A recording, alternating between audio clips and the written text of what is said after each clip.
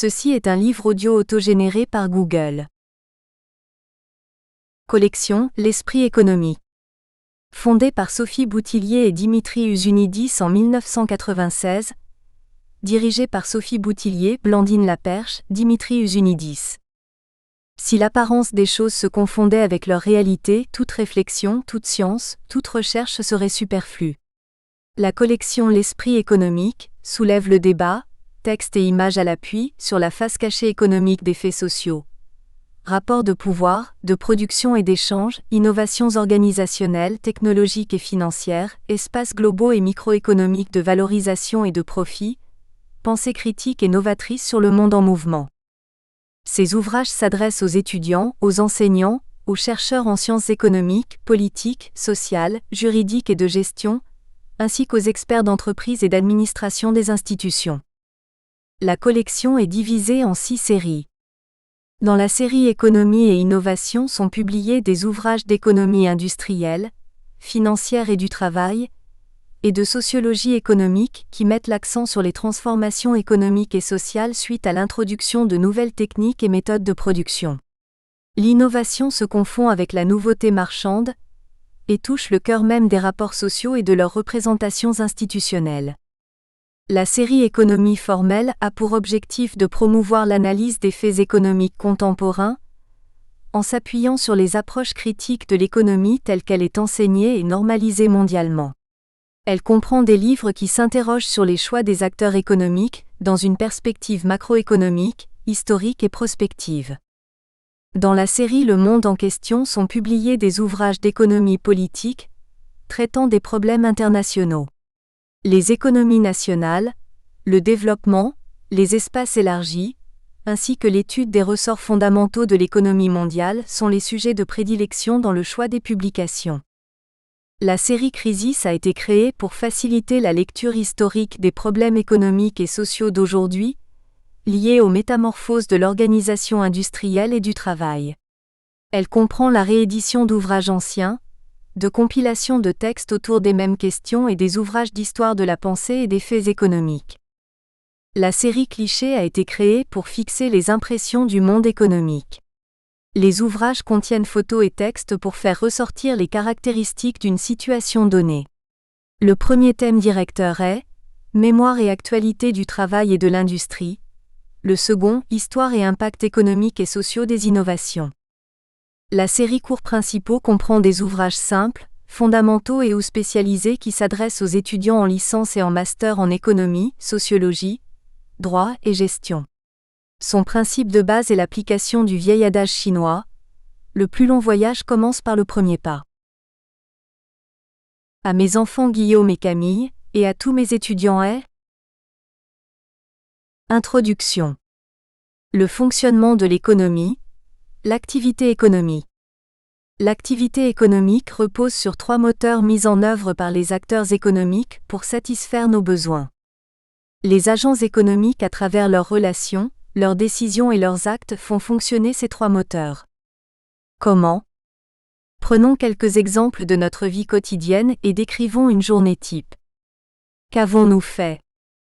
Nous avons consommé des produits, nous avons consulté à maintes reprises nos écrans, écouté la radio, nous avons utilisé notre voiture ou utilisé les transports en commun, notre vélo, ou tout simplement la marche à pied pour aller au travail, à l'école ou à l'université ou encore pour aller faire nos courses.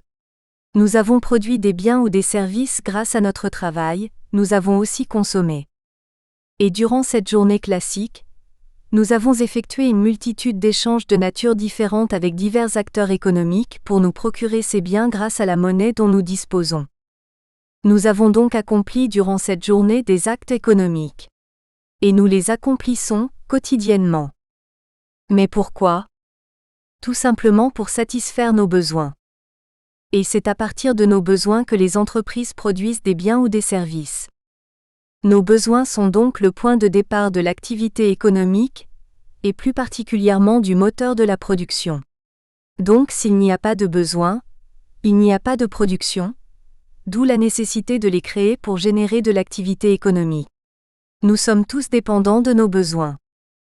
Quelles sont leurs caractéristiques ?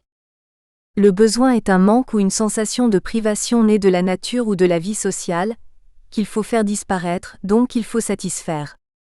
Nos besoins sont multiples, ils peuvent être individuels ou collectifs, satiables, renouvelables, et surtout ils sont illimités. Ils ont à la fois des origines biologiques, sociales et culturelles. Ils dépendent ainsi de chaque individu, mais aussi de notre environnement. Il existe de nombreuses classifications des besoins. Nous pouvons en retenir seulement deux principales permettant d'apprécier le degré de développement d'une économie et d'apprécier la nature de l'activité économique. Les besoins primaires, c'est-à-dire les besoins physiologiques de première nécessité. Il s'agit des besoins de se nourrir, de se vêtir, de se soigner. Leur non-satisfaction est un critère de sous-développement. Les besoins secondaires ou sociaux, ils proviennent de notre vie sociale et culturelle, de nos échanges, de notre mode de vie et de notre niveau de vie. Il s'agit des besoins de loisirs, de luxe, de s'équiper, de se divertir, de se cultiver, de communiquer. Ces besoins sont créés par la société et par les entreprises. Celles-ci les transforment en désirs grâce à la communication média et hors média. Mais comment passe-t-on des besoins à l'activité économique ? C'est pour satisfaire nos besoins que l'on va mettre en œuvre une activité économique. Il va falloir produire pour acheter et consommer les produits, afin de satisfaire nos besoins. Cela implique un effort de transformation des richesses naturelles en biens ou services que l'on pourra ensuite consommer. Alors, comment nos besoins sont-ils satisfaits ? La manière de les satisfaire détermine l'organisation même de notre économie. La façon de produire, de répartir les revenus entre les agents économiques et la manière de consommer, voire de surconsommer, caractérise notre modèle économique. Ce dont nous avons besoin détermine le fonctionnement de notre économie. La manière de les satisfaire diffère selon les contextes, selon les époques et selon nos modes de vie. À l'ère du numérique, de nouveaux besoins se sont fortement développés. Les besoins liés à la communication, aux réseaux sociaux par exemple, sont devenus aussi importants que les besoins physiologiques. Ces nouveaux besoins nous rendent ainsi de plus en plus dépendants des outils numériques. La manière de les satisfaire a modifié aussi notre rapport avec le temps et avec l'espace. En effet, leur satisfaction contraint notre activité économique à organiser la production sur le court terme plutôt que sur le long terme. Tous nos besoins sont satisfaits grâce à la production de biens ou de services. C'est-à-dire des produits qui permettent de répondre à nos besoins. On peut les classer en deux catégories. Les biens économiques sont des biens, produits matériels. Vêtements, automobiles, ordinateurs, téléphones ou services, biens immatériels. Transport, assurance, distribution, produits par des agents économiques à partir d'autres biens, matières premières par exemple, pour être vendus sur le marché. Ils sont utiles, disponibles et rares car limités. Ils évoluent dans le temps et dans l'espace. Les biens libres ou naturels sont des biens disponibles gratuitement et sans production, eau, air, soleil. Ils appartiennent à tous. Ils sont en quantité illimitée, mais avec le dérèglement climatique aggravé par notre modèle de croissance, ils pourraient devenir rares donc limités. Tant que l'air est gratuit et abondant, il n'y a pas d'appropriation et de marché. Dès qu'il deviendra rare, il se transformera en un bien économique, c'est-à-dire en une marchandise vendue sur le marché. Dans ce cas, il deviendra excluable car tout le monde ne pourra pas se le procurer à cause du prix. Un bien économique est donc un bien rare puisqu'il faut produire pour répondre à une demande, et plus celle-ci est forte, plus la lutte pour l'acquérir est intense, plus il prend de la valeur. C'est pourquoi l'on dit souvent que plus un bien est rare, plus il est cher. La rareté fait donc le prix selon la logique du marché. Pour satisfaire nos besoins, il faut donc produire des biens et des services à partir des facteurs de production qui sont le travail et le capital, c'est-à-dire la main-d'œuvre et les machines, les usines. Voici donc un premier moteur de l'activité économique, la production. En contrepartie de l'utilisation de ces facteurs de production que sont le travail et le capital, l'entreprise distribue des revenus qui sont répartis entre les agents économiques ayant produit. C'est donc en contribuant à la production des biens ou services que nous percevons des revenus. Voici donc le deuxième moteur de l'activité économique, la répartition des revenus. Et grâce aux revenus perçus par leur travail, facteur de production, Les agents économiques peuvent ainsi se procurer et consommer les biens ou services produits qui sont vendus sur le marché. La consommation, quant à elle, est un acte économique qui détruit les richesses produites. Elle va indiquer aux entreprises ce qu'elles doivent produire pour répondre à la demande et pour réaliser des profits. Les besoins, une fois satisfaits, vont disparaître le temps nécessaire de se renouveler pour s'exprimer de nouveau sur le marché, et déclencher une nouvelle production et ensuite une nouvelle consommation et ainsi de suite. Les besoins vont disparaître provisoirement, le temps nécessaire aux entreprises d'en créer de nouveaux pour inciter les ménages à consommer toujours plus. Voici le troisième moteur de l'activité économique, la consommation. Nous avons des besoins illimités, car ils sont sans cesse renouvelables et dépendants de l'évolution de notre société. De nouveaux besoins nous sont créés en permanence. Pour les satisfaire, nous devons produire des biens qui sont malheureusement limités, car la nature ne peut pas tout produire pour notre profit. Les richesses sont limitées et inégalement réparties dans le monde. Nous voilà confrontés à la rareté. La rareté devrait conduire au rendement décroissant car plus on utilise les ressources naturelles pour produire, plus elles s'épuisent et deviennent de moins en moins rentables malgré la hausse des prix qui en résulte, le pétrole par exemple. Toute action nous prive de quelque chose.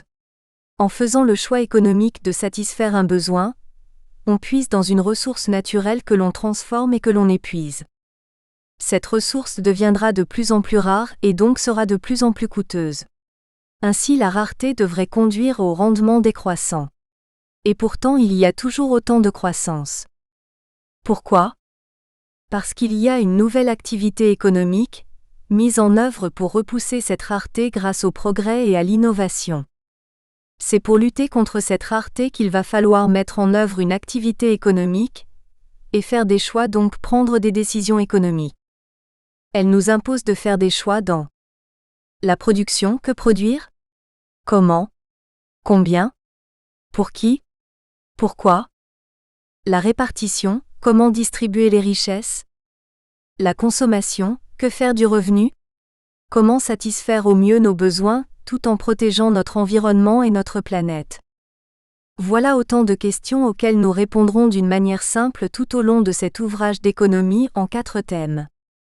La représentation de l'activité économique, à travers le circuit économique. L'activité économique repose sur ces 3 moteurs coordonnés par le marché. Ces 3 moteurs sont interdépendants. Les choix économiques s'organisent par l'intermédiaire de l'échange sur les différents marchés, dans le cadre d'un circuit animé par des agents économiques. Qui sont-ils ? Que font-ils ? Ils sont désignés sous le terme de secteur institutionnel par la comptabilité nationale. Nous en retenons 5 car nous avons associé les institutions sans but lucratif au service des ménages, avec l'administration État. Les ménages. Les entreprises. L'administration, État. Les institutions financières, banques. Le reste du monde. Les ménages, c'est un ensemble de personnes vivant sous le même toit. Leur fonction principale est de consommer des biens et des services afin de satisfaire leurs besoins. La rémunération de leur travail est leur ressource principale. Les entreprises sont des organisations dirigées, structurées qui mettent en œuvre différents moyens humains et matériels, facteurs de production, pour transformer et produire des biens ou services en vue d'être vendus sur un marché afin de réaliser des profits. Leur fonction principale, c'est donc produire des biens et services marchands, vendus sur un marché, à partir des facteurs de production. Leur ressource principale est le profit. L'administration, pouvoir public ou encore État, personne morale publique dont l'activité est orientée vers la fourniture de services publics non marchands, non vendus sur un marché, ou de biens collectifs, État, organismes sociaux comme la sécurité sociale par exemple, éducation nationale, police, hôpitaux dont le but est de satisfaire l'intérêt général. Également, personnes morales privées à but non lucratif, associations, syndicats par exemple. Leur fonction principale est de produire aussi des services non marchands. La ressource principale des administrations, État, est constituée par les prélèvements obligatoires, impôts directs et indirects plus cotisations sociales, celle des personnes morales à but non lucratif par les cotisations, les dons. Les institutions financières, elles sont représentées par les banques et les institutions de crédit. Leur fonction principale: collecter l'épargne des agents économiques et octroyer des crédits. Leur ressource principale: les intérêts perçus des crédits accordés, fonds provenant des engagements financiers contractés. Le reste du monde: agents économiques fictifs. Il retrace toutes les opérations des agents économiques avec l'étranger. Sa fonction principale: importation, achat à l'étranger et exportation, vente à l'étranger de biens et services. Sa ressource principale: devises pour un pays. Les transactions ou les échanges effectués entre les ménages, les entreprises et le reste du monde sont des opérations qui portent sur les biens et services. Elles indiquent l'origine, ressource, et la destination, l'emploi ou l'utilisation des biens et services. Elles décrivent la provenance de ces biens et services. Ils proviennent de la production réalisée en France par les agents économiques entreprises résidant sur le territoire et des importations, échanges avec l'extérieur, ici achat de la France à l'étranger représenté par l'agent fictif le reste du monde. Ensuite, ces biens et services représentant les ressources économiques, richesses réelles ou matérielles, sont employés par ces mêmes agents économiques et par d'autres. Une partie de ces richesses va être consommée par les ménages, consommation finale. Une autre partie va servir pour les entreprises à investir, c'est-à-dire fabriquer des machines, de l'outillage, de nouvelles capacités de production, création d'usines, filiales, équipements industriels, donc à former du capital fixe, formation brute de capital fixe ou encore à constituer leur stock. Enfin, une dernière partie va être vendue à l'étranger, c'est-à-dire exportée, reste du monde. L'entreprise ne fait pas que produire, elle distribue aussi des revenus à ceux qui ont contribué à la production. Le niveau des revenus dépend donc du niveau de la production. Lorsque la production augmente, le niveau des revenus et plus particulièrement celui des salaires devrait augmenter aussi. Cette première répartition des revenus entre tous les agents économiques qui ont produit directement et indirectement est appelée répartition primaire. L'administration, l'État, vient corriger cette répartition primaire des revenus très inégalitaire entre les agents économiques grâce aux prélèvements obligatoires, impôts plus cotisations sociales, qu'elle redistribue ensuite sous forme de prestations sociales monétaires aux différents agents, ménages, entreprises et sous forme de services publics, hôpitaux, éducation nationale. Cette redistribution est qualifiée de répartition secondaire. Ces deux agents effectuent des opérations de répartition des richesses qui portent sur la distribution et la redistribution des revenus. L'un, notamment l'entreprise, à partir de la richesse créée par les parties prenantes qui l'ont produite, distribue une part de cette richesse. Production appelée valeur ajoutée à chacun sous forme de revenu du travail, salaire versé aux salariés, sous forme de revenu du capital, revenu des actionnaires c'est-à-dire les dividendes et sous forme de revenu de l'entrepreneur, profit. L'autre, l'État, par son mécanisme de redistribution, modifie cette répartition primaire des richesses afin de corriger les inégalités de revenus entre les agents économiques. Quant aux institutions financières, elles effectuent des opérations financières. Elles financent l'activité économique grâce au crédit. Elles alimentent en monnaie les trois moteurs de notre économie. Ce financement permet de faire tourner ces trois moteurs production, répartition, consommation. C'est finalement le carburant du moteur de l'économie. Sans lui, ce serait la panne sèche, cas de la récession en 2008 à 2009 et celle de 2019 à 2020 liée à la pandémie. Et inversement, trop de monnaie en circulation pourrait provoquer son emballement et favoriser l'inflation selon certains économistes. C'est comme l'eau et la fleur. Si on arrose trop la fleur, elle se noie et meurt. Et si on ne l'arrose pas suffisamment, elle meurt aussi. La monnaie a le même rôle en économie que l'eau pour la fleur. Tout dépendra de sa régulation par les banques centrales. Toutes ces opérations accomplies par ces divers agents économiques s'effectuent sur divers marchés. Ils coordonnent leurs relations et leurs décisions économiques. Où s'effectuent les relations entre les agents économiques? Elles s'effectuent sur les différents marchés. Le marché est un lieu virtuel, où se rencontrent des offres et des demandes de biens ou services, des offres et des demandes de travail, des offres et des demandes de capitaux et de devises, et sur lequel se fixe librement le niveau des prix. Quels sont ces marchés? Le marché des biens et services. Il met en relation les offreurs, producteurs, entreprises et les demandeurs, les consommateurs ou ménages, sur lequel se fixe librement le prix des biens et services marchands en fonction du comportement rationnel de chacun. Le marché du travail. Il met en relation les demandes de travail émanant des entreprises et des offres de travail provenant des salariés et sur lequel se fixe librement le niveau du salaire. Le marché des capitaux financiers. Il met en relation les offreurs de capitaux, c'est-à-dire ceux qui ont des capacités de financement, banques, épargnants, investisseurs, avec les demandeurs de capitaux qui ont des besoins de financement, entreprises, États, sur lequel se fixe librement le niveau des taux d'intérêt. Le marché d'échange. Il met en relation des offreurs et les demandeurs de devises lors d'opérations commerciales internationales, sur lequel se fixe librement le taux de change d'une monnaie, le prix de conversion d'une monnaie en une autre monnaie. Comment peut-on représenter les relations entre tous les agents économiques, coordonnés par les marchés? Elles sont représentées sous forme d'un circuit économique que l'on peut comparer à une pièce de théâtre dans laquelle chaque comédien joue un rôle bien précis, et dans laquelle les comédiens par leurs répliques interdépendantes font vivre les scènes. On peut tirer plusieurs remarques du circuit économique. Première remarque, les relations entre les agents économiques sont interdépendantes comme celles des comédiens entre eux dans une pièce de théâtre. Deuxième remarque, leurs échanges se traduisent par des flux réels, biens ou services, et des flux monétaires, monnaie. Troisième remarque, les actes économiques effectués par les agents économiques sont regroupés en trois grandes catégories d'opérations. Opérations sur les biens et services, opérations de répartition de revenus et des opérations financières.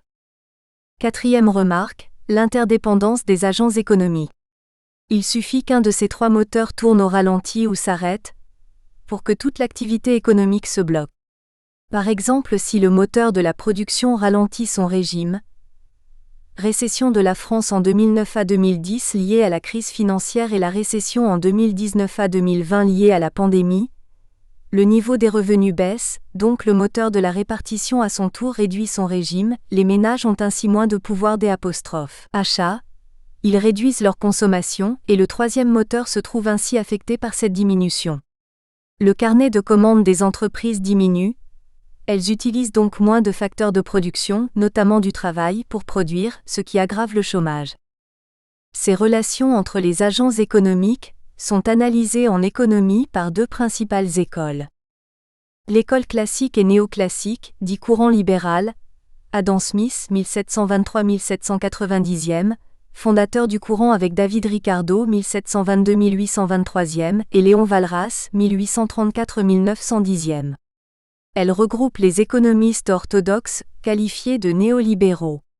Ces économistes posent le postulat qu'il suffit d'analyser le comportement rationnel d'une seule personne pour comprendre le fonctionnement global de l'économie, approche microéconomique.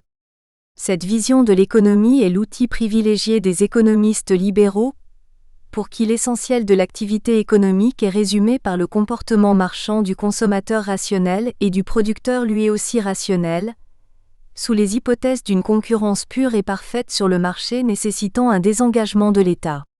Pour ce courant de pensée, l'offre est le moteur de l'activité économique.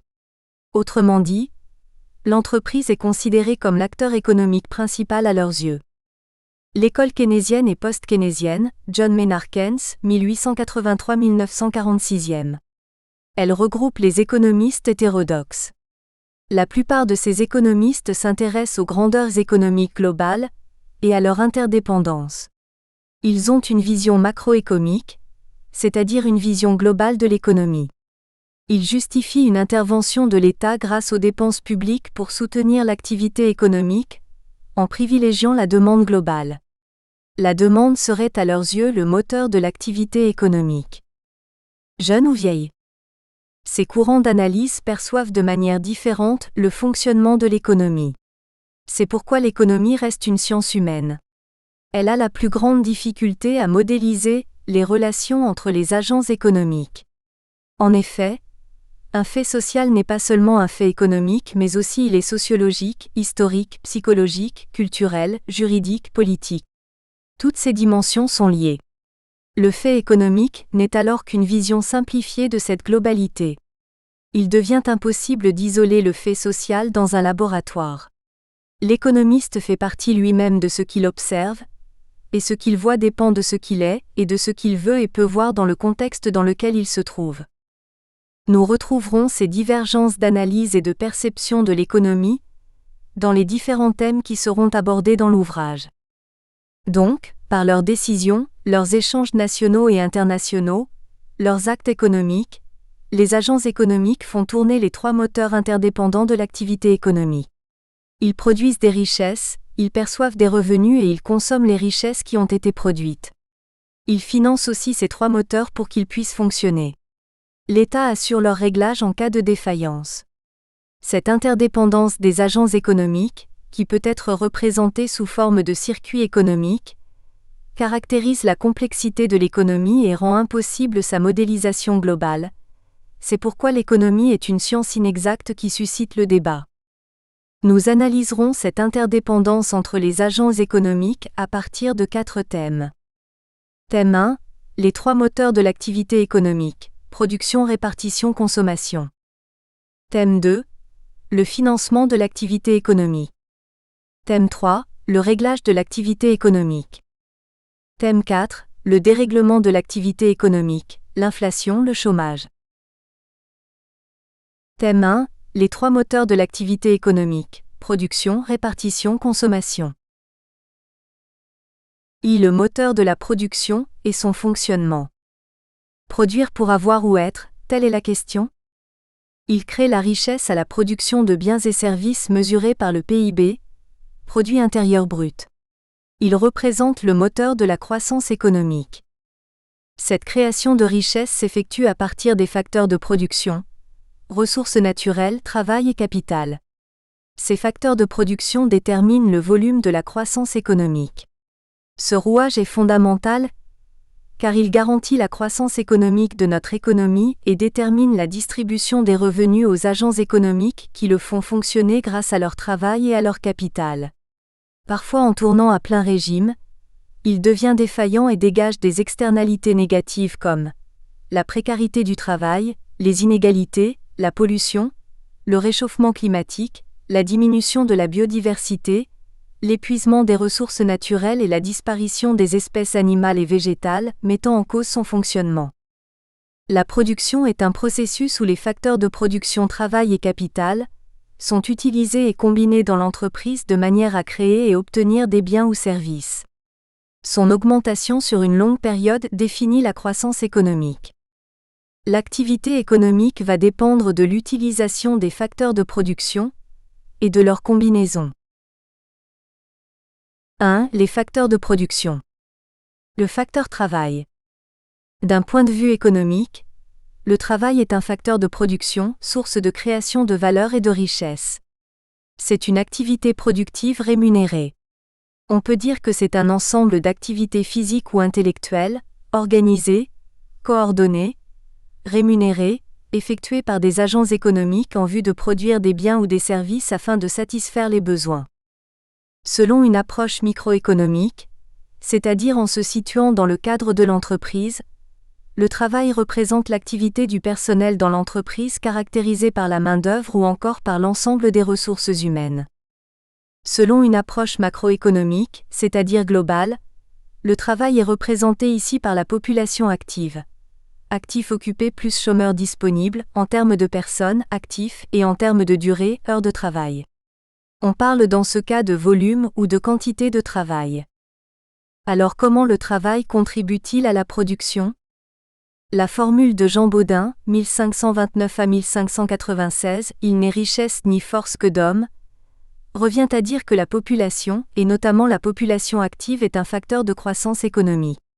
En effet, la production dépend du volume de travail représenté par la population active, c'est-à-dire les actifs occupés et les chômeurs. La puissance économique d'un pays est proportionnelle au nombre d'actifs, mais aussi à leur qualification. C'est ainsi que le fort taux de natalité d'après-guerre en France et dans les pays européens a contribué de manière incontestable à la croissance des Trente Glorieuses. En revanche, le vieillissement actuel de sa population fait craindre une atonie de notre économie et une remise en cause de notre modèle social, notre système de retraite par exemple. Mais cette liaison positive entre croissance et population semble plutôt être réservée aux pays riches. Cependant, certains pays émergents, après avoir été handicapés par leur démographie, ont tiré profit quantitativement de leur population active pour améliorer leur compétitivité et leur croissance économique. C'est le cas de la Chine, qui selon la loi de proportion des facteurs, théorème d'Escher-Ohlin sur la dotation factorielle, s'est spécialisée dans la production de biens utilisant le facteur travail, celui-ci y étant abondant et peu coûteux. Au contraire, dans d'autres pays, la population peut freiner la croissance, pays les moins avancés, en raison d'un déséquilibre entre la production et le niveau quantitatif et qualitatif de la population active. Le facteur travail contribue quantitativement et qualitativement à la production. Il y contribue d'abord quantitativement. Le volume de travail dans une économie dépend du nombre d'actifs disponibles, donc du niveau de la population active. La population active est tributaire des variations démographiques. Celles-ci font varier la population active soit à la hausse, soit à la baisse.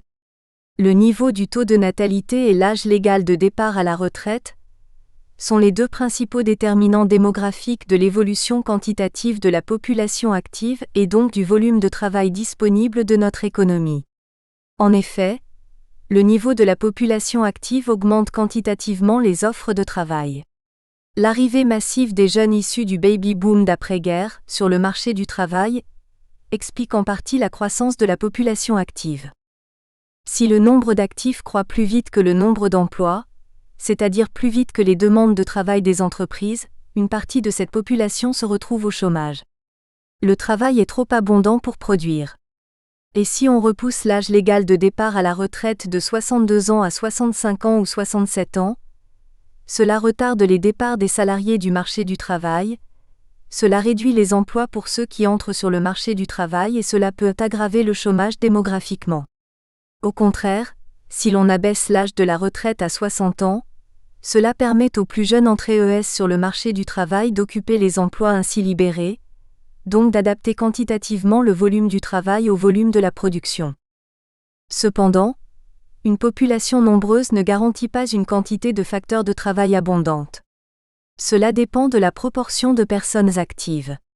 Cette proportion est mesurée par le taux d'activité égale effectif de la population active en âge de travailler, population totale x 100. En France, les taux d'activité des hommes et des jeunes diminuent contrairement au taux d'activité des femmes. Le volume de travail disponible dépend aussi du nombre d'heures de travail qu'effectue en moyenne chaque actif, donc la quantité de travail dépend de la durée du travail. En effet, la durée légale du travail détermine le temps de travail qu'accomplit un salarié dans le cadre de la production de biens et services. Cette durée a tendance à diminuer en moyenne grâce au progrès technique et au progrès social. Cette diminution est plus ou moins critiquée car pour produire plus, il faut travailler plus selon une logique productiviste, celle de l'avoir plus. La loi sur les 35 heures, ayant fait baisser la durée hebdomadaire de 39h à 35h, renchérirait ainsi le coût de l'adaptation du volume du travail à celui de la production selon les partisans de la suppression des 35 heures. Cependant, on peut aussi travailler mieux et produire plus en travaillant moins grâce au progrès, grâce à la productivité du travail, ou encore grâce au partage du travail, et produire mieux selon la logique de l'être mieux, qui est une autre vision du rôle de la durée du travail dans la croissance. Il y contribue aussi, qualitativement. La population active en France est de plus en plus diplômée et de mieux en mieux formée. La main-d'œuvre mieux formée améliore la qualité. Nous espérons que vous avez apprécié cet aperçu. Pour continuer à écouter ce livre audio sur Google Play Livres, utilisez le lien dans la description de la vidéo.